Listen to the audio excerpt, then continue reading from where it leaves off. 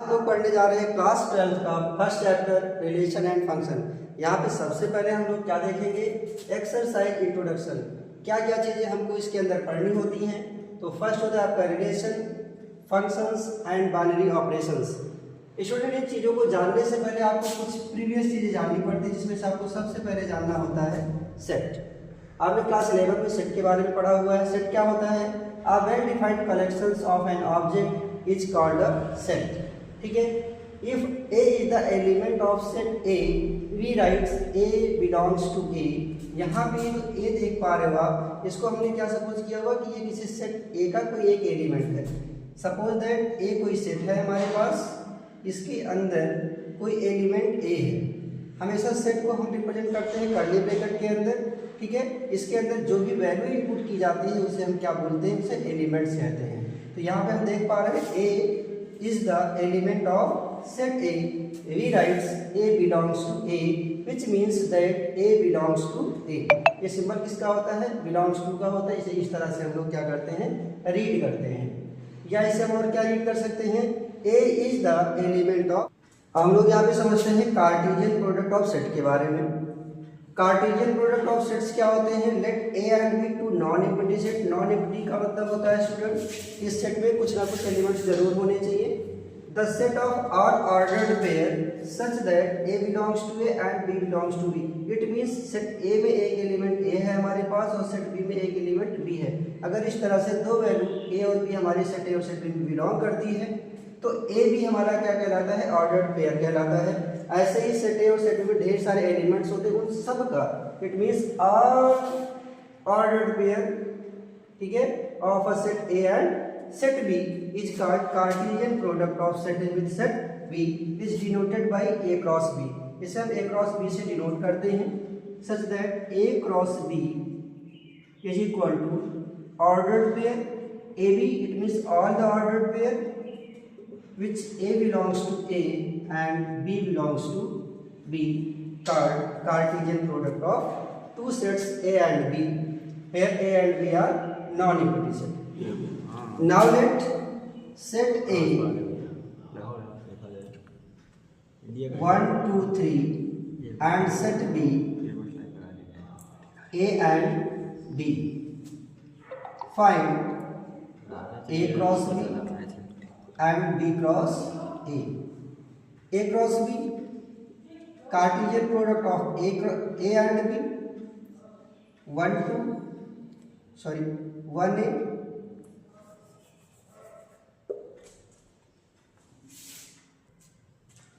Now let set A have 3 elements 1, 2, 3 and set B have 2 elements A and B. Now we find A cross B and B cross A.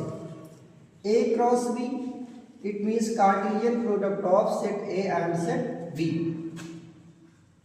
All the ordered pair, यहाँ पे हम देखेंगे ordered pair कैसे right करना है। Suppose that आपके पास set A है जिसमें 3 एलिमेंट्स है 1, 2, 3 एंड सेट B है हमारे पास जिसमें 2 एलिमेंट्स है A एंड B। यहाँ पे जो कार्टेशियन प्रोडक्ट देखते हैं हम, ठीक है, वो कैसे फाइंड आउट करते हैं? 1A 1B 2A 2B 3A and 3B. Clear? All the ordered pair of a set A with set B is called Cartesian product. Clear है? तो इस तरह से हम लोग यहाँ पे कार्टेशियन प्रोडक्ट को फाइंड आउट करते हैं। सेम ऐसे ही B क्रॉस A को फाइंड आउट कर सकते हैं। B cross A A1 A2 A3 B1 B2 and B3. All the ordered pair of set B with set A. ठीक है। Cartesian product of B cross A is the set of all the ordered pair of set B with set A. Clear है बच्चों? इसके बाद हम लोग दूसरी topic देखते हैं। बच्चों यहाँ पे समझते हैं हम लोग रिलेशन क्या होता है। रिलेशन समझने के लिए हम यहाँ पे देखते हैं let A and B to non-empty set, then A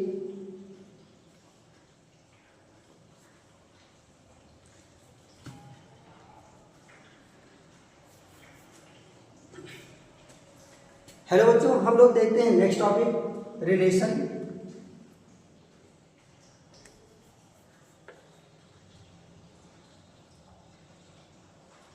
hello बच्चों, हम लोग देखते हैं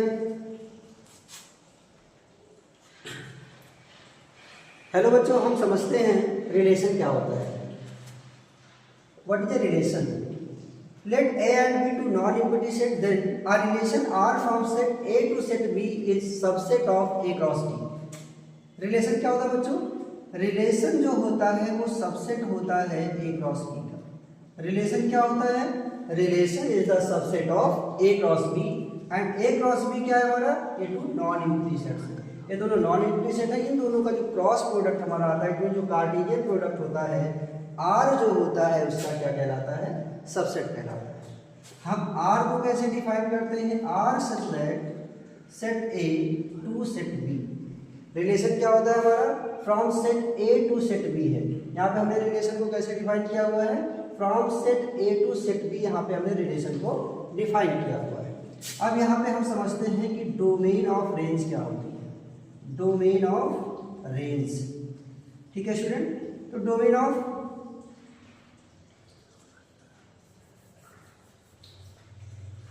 अब हम लोग यहाँ पे देखते हैं कि जो डोमेन ऑफ रिलेशन होता है वो क्या होता है।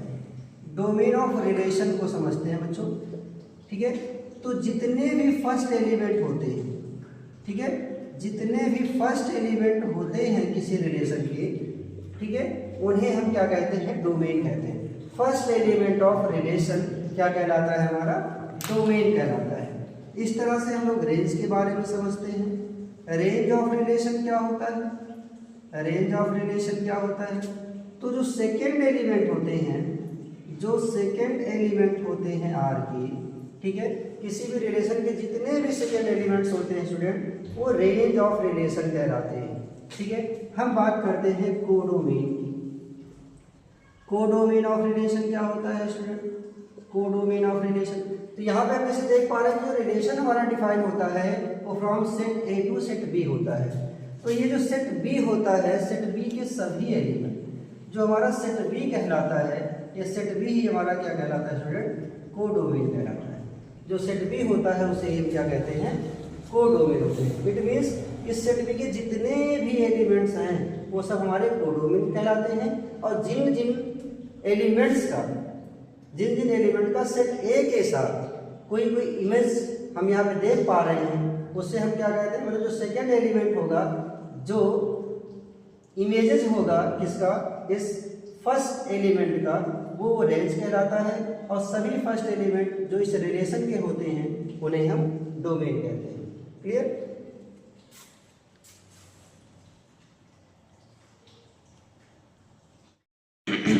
आइए समझते हैं हम लोग टाइप्स ऑफ रिलेशन को, ठीक है। तो टाइप्स ऑफ रिलेशन में जो फर्स्ट टाइप ऑफ रिलेशन हम देखेंगे वो क्या देखेंगे? एम्प्टी रिलेशन को समझते हैं, ठीक है। एम्प्टी रिलेशन क्या होता है? एम्प्टी रिलेशन में यहाँ पे देखो हमने सपोज किया हुआ एक सेट हमारे पास है जिसमें कुछ एलिमेंट्स हमने लिखा हुआ है 1 2 3 4 5 8 6 ये कुछ एलिमेंट्स हैं। ये सेट ए है, ठीक है। सेट ए को कैसे डिफाइन करते हैं हम लोगों ने कल समझा था। कर्ली ब्रैकेट के अंदर एलिमेंट्स को हम क्या करते हैं? यहाँ पे कॉमास के साथ में क्या करते हैं? इनपुट करते हैं। तो ये हमारा क्या कहलाता है? एक सेट कहलाता है। एक सेट हमारा ये हो गया। हमने यहाँ पे एक रिलेशन मेंशन किया हुआ है a minus B is equal to 12, ठीक है। एक ऐसा रिलेशन हमने यहाँ पे इस्टेब्लिश किया हुआ है जिसमें क्या होना चाहिए? a माइनस बी की वैल्यू क्या आनी चाहिए? 12 आनी चाहिए, ठीक है। a बिलोंग करता है a में, b भी बिलोंग करता है a में। ये रिलेशन जो हमारा होता है, if no element of a is related to any element of A. Relation को हम लोग कैसे समझते हैं? आपने कल ही पढ़ा होगा कि जो रिलेशन होता है वो सबसेट होता है किसका? ए क्रॉस बी का, ठीक है। जब रिलेशन हमारा डिफाइन हो ए टेंड्स टू बी, जब ए से बी में हमारा रिलेशन डिफाइन होता है उस समय जो रिलेशन हमारा होता है वो सबसेट होता है ए क्रॉस बी का, ठीक है। यहाँ पे हमने एक सिंगल सेट लिया हुआ है और एलिमेंट्स को हमने यहीं से लिया हुआ है, ठीक है। ए और बी की जो वैल्यू है हमने उसको यहीं से क्या की? पिकअप करेंगे। ठीक, बात समझ आ रही। तो if no element of A is related to any element of A, मतलब यहाँ पे ए क्रॉस ए की बात हो। यहाँ पे रिलेशन को हमने कैसे डिफाइन किया हुआ है, ए टू ए में इटसेल्फ रिलेशन। ठीक है, ठीक है। यहाँ पे जो सेट हमने चूज किया हुआ है वो इटसेल्फ लिया है। सेट ए का सेट ए के साथ ही हम रिलेशन यहाँ पे देखना चाहते हैं। तो जो आर होगा, जो रिलेशन की डेफिनेशन आपने क्या पढ़ी थी कि जो रिलेशन होता है is the subset of A cross ए। ठीक है, ए टू ए के लिए ए क्रॉस ए होता है, ए टू बी के लिए ए क्रॉस बी होता है हमारा रिलेशन। ठीक है, तो यहाँ पे हम देखेंगे कि ए और बी की जो वैल्यू है हम इसी सेट से लेंगे। यहाँ से कोई भी वैल्यू उठा के देखो, जैसे मान लो हमने ए की वैल्यू मान लो यहाँ से 2 रख दी, बी की वैल्यू मान लो हमने 1 रख दी, तो 2 में से 1 गया तो 1 आएगा।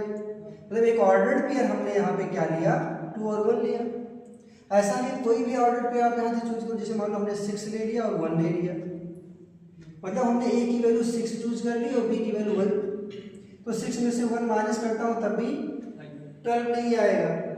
इनकेस यहाँ पे जितने भी हमने यहाँ पे नंबर लिए हुए हैं, ठीक है, इनका कोई भी ऑर्डर्ड पेयर अगर मैं बनाऊं, 1 के साथ 2 ले लूँ, 1 के साथ 3 ले लूँ, 1 के साथ 4 ले लूँ, या 6 के साथ 1 ले लूँ, किसी के भी साथ में ये 12 वैल्यू नहीं आएगी।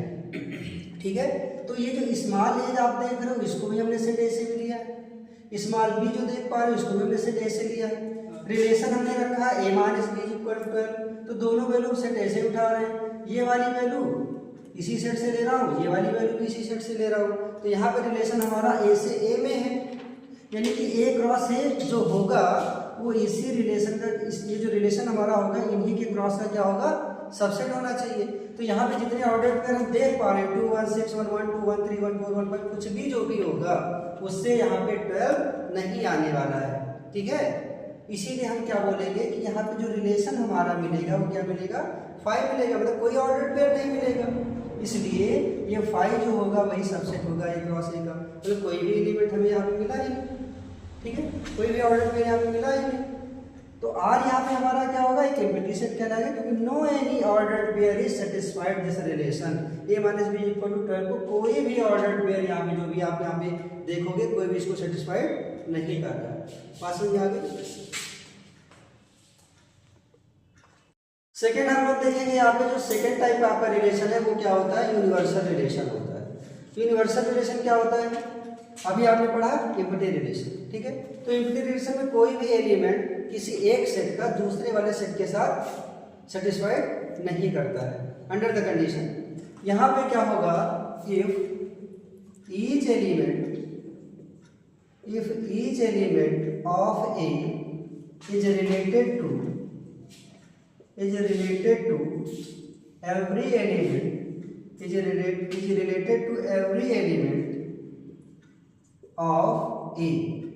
If each element of A, मतलब जो सेट ए हमने सपोज किया उसमें का सारा एलिमेंट, ठीक है, सेट ए के ही प्रत्येक एलिमेंट के साथ, एवरी एलिमेंट के साथ क्या करता हो, रिलेट करता हो, ऐसे सेट को हम, या ऐसे सेट से बने रिलेशन को हम क्या बोलेंगे, यूनिवर्सल रिलेशन बोलेंगे। बात समझ में आ रही है।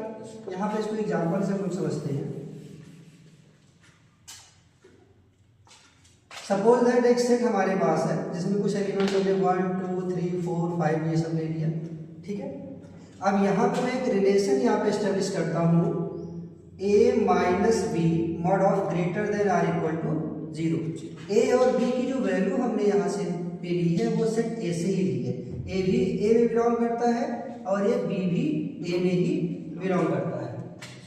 ठीक है, अब यहाँ पे हम लोग देखते हैं ए माइनस बी का जो मॉड होगा, ठीक है, ए माइनस बी का जो मॉड होगा वो क्या होना चाहिए, greater than or equal to 0 होगा। क्या यहाँ पे जितने भी एलिमेंट्स हमने लिए हैं क्या वो इस कंडीशन को सेटिस्फाइड कर रहे हैं, देखते हैं।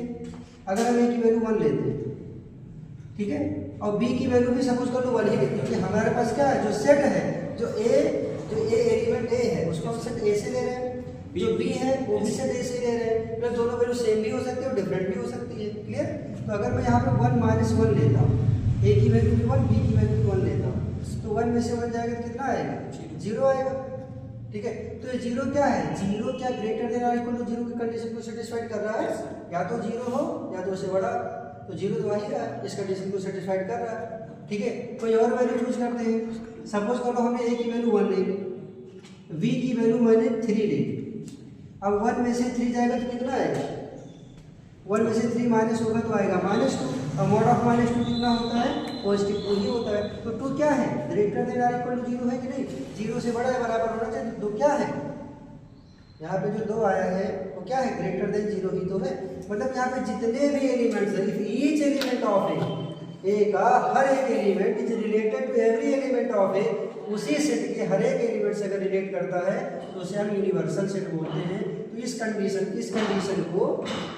कंडीशन को यहाँ पे जो भी एलिमेंट्स है वो सारे एलिमेंट्स क्या करें, सेटिस्फाइड कर रहे हैं। इसलिए ये जो सेट हमारा होगा, इस सेट से ये जो रिलेशन में एस्टेब्लिश करा हुआ है वो क्या है, एक यूनिवर्सल सेट है। ठीक है, तो this is a universal relation. ठीक है बच्चों, ये क्या होगा, एक यूनिवर्सल रिलेशन होगा, क्योंकि यहाँ पे जितने भी, ठीक है, यहाँ पे जितने भी एलिमेंट्स हैं वो इस रिलेशन को क्या कर रहे हैं, सेटिस्फाइड कर रहे हैं। ठीक है, सारी वैल्यू को क्या करेंगे, सेटिस्फाइड करेंगे। मतलब जितने भी ऑर्डर्ड पेयर हैं हमारे, ठीक है, जितने भी ऑर्डर्ड पेयर हैं, ये यूनिवर्सल रिलेशन किस लिए है, क्योंकि जितने भी ऑर्डर्ड पेयर यहाँ पे बने हुए हैं, ऑर्डर्ड पेयर समझ रहे हो, ऑर्डर्ड पेयर का मतलब क्या, ए और बी की वैल्यू से जो एक कोऑर्डिनेट बनता है उसी को हम क्या बोलते हैं, ऑर्डर्ड पेयर बोलते हैं। तो हमने यहाँ पे 1 1 लिया था, यहाँ पे देखो 1 3 लिया था। ऐसे कोई भी वैल्यू आप चूज कर सकते हो, 3 5 ले सकते हो, 5 1 ले सकते हो, कोई भी वैल्यू अगर लेते हो तो वो क्या करेगा, अंडर दिस रिलेशन वो क्या करेगा, सेटिस्फाइड होगा। इसलिए ये रिलेशन जो हमारा होगा क्या होगा, वो यूनिवर्सल रिलेशन। नेक्स्ट रिलेशन होगा बेटा आपका identity relation.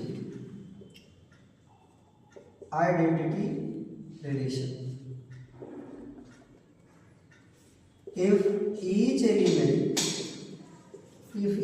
element of set A is related to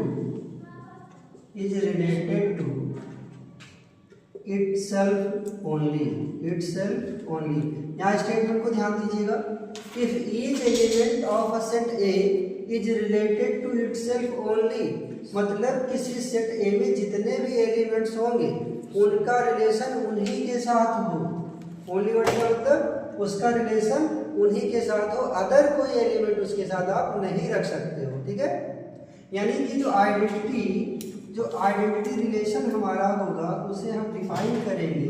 मतलब जो ऑर्डर्ड पेयर होगा वो कैसा होगा, कैसा होगा, सेम होगा। ठीक है, और ए जो बिलोंग करेगा कहाँ से करेगा, सेट ए से ही बिलोंग, जो सेट हमने यहाँ पे सपोज किया होगा उसमें से कोई एलिमेंट होगा। ठीक है, और सभी एलिमेंट कैसे हो, each element of set is related to itself. ठीक है, एग्जांपल के तौर पे हम इसको समझते हैं। सपोज दैट एक सेट हमारे पास ए है जिसमें हमने कुछ एलिमेंट्स 1 2 3 सपोज कर लिए। यहाँ पे जो रिलेशन होगा आइडेंटिटी रिलेशन के लिए आप यहाँ पे डेफिनेशन देख पा रहे हो। ठीक है, जो रिलेशन होगा वो इटसेल्फ ओनली होगा। इट मींस 1 1 होगा, 2 2 होगा, 3 3 होगा, इसके अलावा और कुछ भी नहीं होगा। ठीक है, जो भी एलिमेंट हमने सेट ए से लिए हुए हैं वो क्या होने चाहिए, इटसेल्फ होना चाहिए। 1 इटसेल्फ के साथ रिलेट करेगा, 2 इटसेल्फ के साथ रिलेट करेगा, 3 इटसेल्फ के साथ रिलेट करेगा। इसके अलावा कोई भी और एलिमेंट 1 2 के साथ, 1 3 के साथ, 1 2 के साथ या 3 1 के साथ अगर रिलेट करता है तो आपका वो आइडेंटिटी एलिमेंट नहीं कहलाएगा। सिंपल सा है, आइडेंटिटी रिलेशन आपका क्या कहलाएगा, जो भी एलिमेंट होगा वो इटसेल्फ के साथ अगर रिलेट करता है तो हमारा क्या कहलाता है, आइडेंटिटी रिलेशन कहलाता है। क्लियर? ठीक है, सिंपली से हम ऐसा समझ सकते हैं कि जितने भी एलिमेंट हो सेट ए, ठीक है, उनका अगर आप डबलेट देख पा रहे हैं, ठीक है, तो क्या होगा, आपका आइडेंटिटी रिलेशन होगा। अदरवाइज वो आइडेंटिटी रिलेशन नहीं कहलाएगा। नेक्स्ट रिलेशन है आपका सिमेट्रिक रिलेशन। सिमेट्रिक रिलेशन क्या होता है स्टूडेंट, समझते हैं यहाँ पे। जैसे मान के चलो किसी भी सेट का एक ऑर्डर्ड पेयर अगर हम यहाँ पे चूज करें, जैसे सपोज करो हमने यहाँ पे एक ऑर्डर्ड पेयर ए बी लिया जो रिलेशन में बिलोंग करता है। एक ऑर्डर्ड पेयर हमने यहाँ पे ए बी लिया जो रिलेशन में क्या करता है, बिलोंग करता हो। तो जस्ट इसका, ठीक है, तो जस्ट इसका जो इन्वर्स होगा, ठीक है, इसका जो इन्वर्स होगा, इट मीन्स, या ऐसे कर सकते हो कि जो एलिमेंट हमने यहाँ पे लिया हुआ है, जो इस रिलेशन आर में बिलोंग करता है, इस एलिमेंट का अगर मैं रिवर्स कर दूँ, ए की पोजीशन पे बी कर दूँ और बी की पोजीशन पे ए कर दूँ, ठीक है, ये भी अगर उस रिलेशन में क्या करता हो, बिलोंग करता होगा, तो ऐसा रिलेशन हमारा क्या कहलाएगा, सिमेट्रिक रिलेशन कहलाएगा। क्लियर है? Yes sir. हमने यहाँ पे एक सेट सपोज किया जिसमें एलिमेंट हमने लिया 1 2 एंड 3, ठीक है, 1 2 3 या 4 भी सपोज कर लिया। क्लियर? हमने यहाँ पे एक सेट सपोज कर लिया जिसमें कुछ एलिमेंट्स हमने रखे 1 2 3 या 4। हम यहाँ पे देखो कुछ रिलेशन मेंशन करते हैं। पहला रिलेशन हमने मान लो यहाँ पे लिखा 1 1 1 3 3 1 4 1 1 4, ठीक है। एक रिलेशन और हम यहाँ पे एस्टेब्लिश करते हैं 2 3 2 2 3 1 1 3। एक रिलेशन और हमने यहाँ पे एस्टेब्लिश किया 1 1 2 2 3 3। ये कुछ रिलेशन हमने यहाँ पे रखे, ठीक है। अब यहाँ पे देखो, हम लोग यहाँ पे इसको ठीक से समझने की कोशिश करते हैं। हमारे पास एक सेट ए था जिसमें हमने कुछ एलिमेंट्स यहाँ पे रखे। एक रिलेशन हमने यहाँ पे बनाया R1। यहाँ पे एलिमेंट्स मेरा देखना, यहाँ पे की पॉइंट्स क्या होगा बेटा,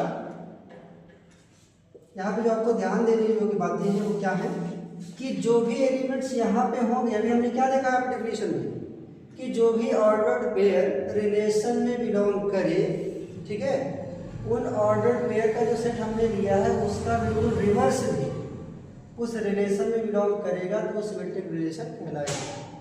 यहाँ पे देखते हैं 1 1 है, तो 1 जो है अपने आप का तो क्या है, रिवर्स है। 1 तो 1 का रिवर्स है, मतलब ये ठीक है। इसमें देखो 1 3 लिखा है, इस 1 3 का देखो यहाँ पे रिवर्स 3 1 भी लिखा है। ये 4 1 लिखा है, इसका रिवर्स यहाँ पे 4 1 लिखा है। इसका मतलब ये जो रिलेशन हम देख पा रहे हैं सिमेट्रिक रिलेशन होगा।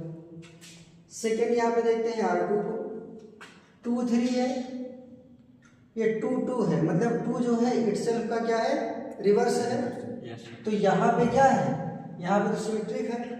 3 1 है, इसका अपोजिट देख पा रहे हो 1 3 है, ये भी क्या है, सिमेट्रिक है।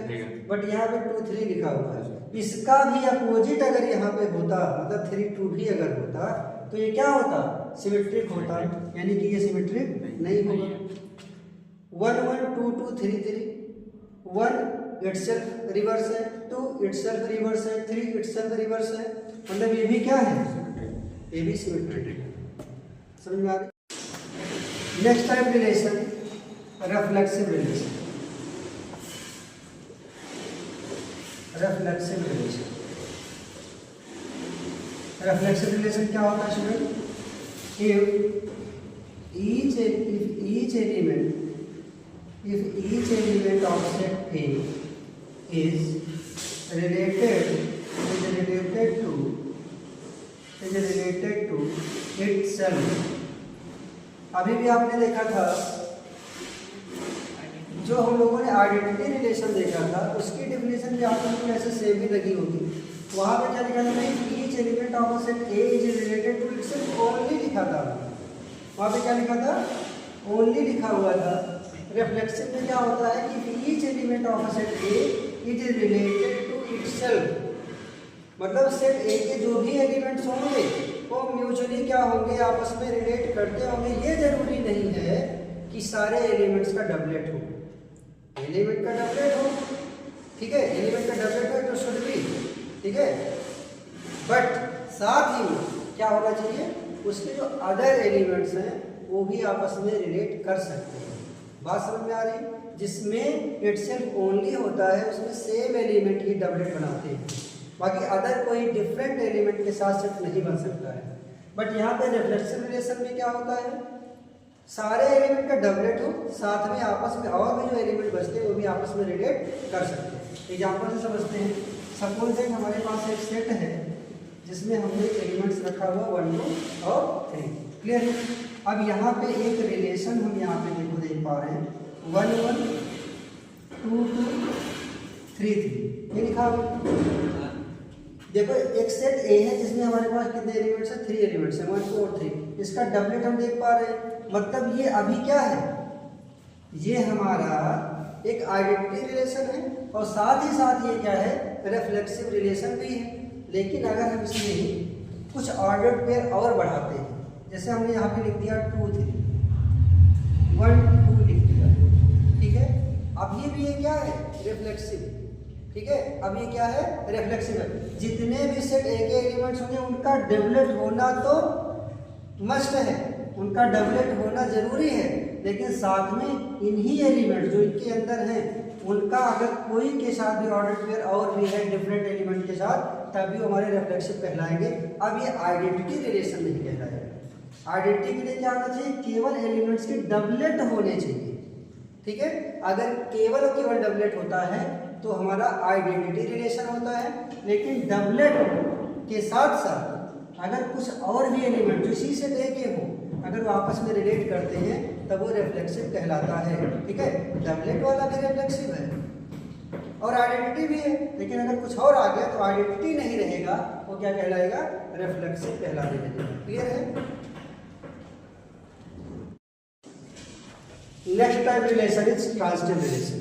यहाँ पर आप लोग समझते हैं कि ट्रांजिटिव रिलेशन क्या होता है। जैसे मान के चलो कोई रिलेशन हमने, ठीक है, किसी डिफिनीशन के अकॉर्डिंग हमने कोई रिलेशन अगर डिफाइन करा, हमने वहाँ पे लिखा ए बी एक ऑर्डर्ड पेयर है जो उस रिलेशन आर में बिलोंग करता है, ठीक है।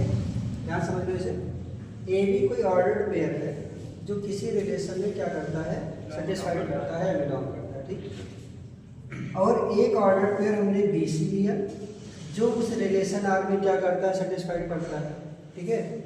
तो होना क्या चाहिए, दैट इम्प्लाइज दैट ए सी भी अगर उस रिलेशन में बिलोंग करेगा तो ये ट्रांजिटिव रिलेशन कहलाएगा। यस सर, क्लियर हुआ।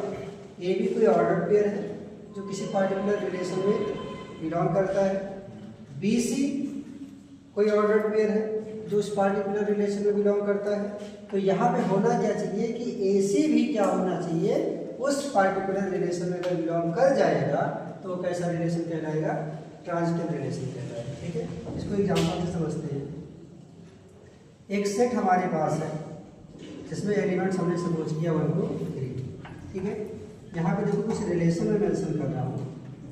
जैसे मैंने लिखा यहाँ पे 1 2 लिखा, ठीक है, 1 2 लिखा, 2 3 लिखा, 1 3 लिखा मैंने। तो क्या ये रिलेशन जो हमने यहाँ पे एस्टेब्लिश किया हुआ है, क्या ये ट्रांजिटिव है, ठीक है। तो यहाँ पे देखो 1 2, ये 1 2 जो है इस रिलेशन R1 में बिलोंग करता है, ये 2 3 जो है इस रिलेशन R में बिलोंग करता है। तो इन दोनों का, तो ये जो वैल्यू 1 और 3 है, 1 3, ये भी तो इस R1 में बिलोंग कर रहा है। देखो अंडर द डिफिनेशन कोई ऑर्डर्ड पेयर ए बी अगर किसी रिलेशन में बिलोंग करे, फिर ये बी एक अदर एलिमेंट सी एक ऑर्डर्ड पेयर ये अगर आर में बिलोंग करता हो, तो ये जो ए सी देख रहे हो आप, ठीक है, ये भी अगर आर में बिलोंग कर गया तो ये क्या कहलाता है, ट्रांजिटिव रिलेशन कहलाता है। एग्जाम्पल में आपने देखा कि हमने यहाँ पे एक सेट लिया हुआ है, इसके 3 एलिमेंट्स हैं। यहाँ से हमने एक रिलेशन देखा 1 2 2 3 और 1 3 ऑर्डर्ड पेयर है। 1 2 अगर R1 में बिलोंग करता है, 2 3 R1 में बिलोंग कर रहा है, तो देख पा रहे हैं लोग 1 3 भी क्या है, इस R1 में बिलोंग कर रहा है, मतलब ये क्या है, ये आपका ट्रांजिटिव रिलेशन है, ठीक है। इस कंडीशन को अगर सेटिस्फाइड करेगा जो भी रिलेशन, वो ट्रांजिटिव है।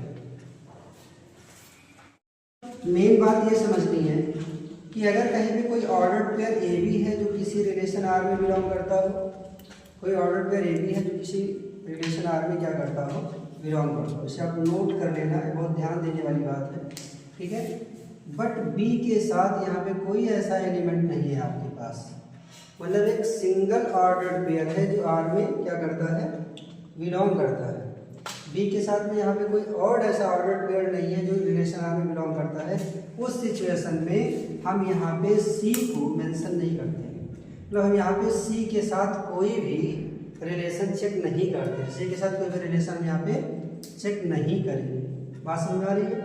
केवल केवल अगर कहीं पे ए बी लिखा है, किसी रिलेशन में अगर ए बी लिखा हुआ है, ठीक, तो ये क्या होगा, ये भी हमारा ट्रांसिटिव होगा।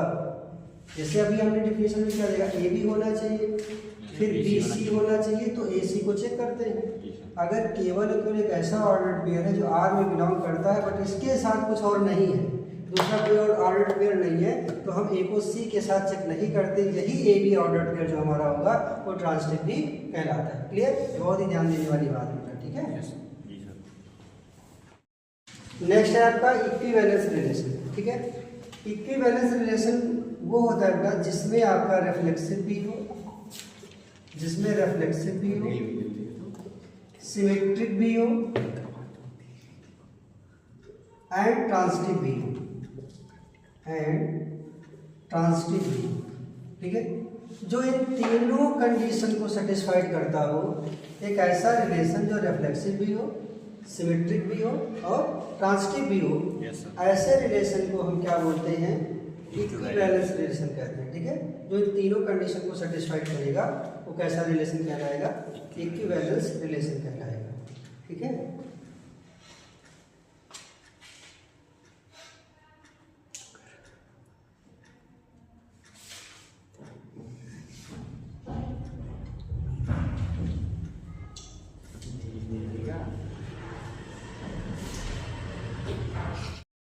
नेक्स्ट टॉपिक है आपकी इक्विवेलेंस क्लास, ठीक है।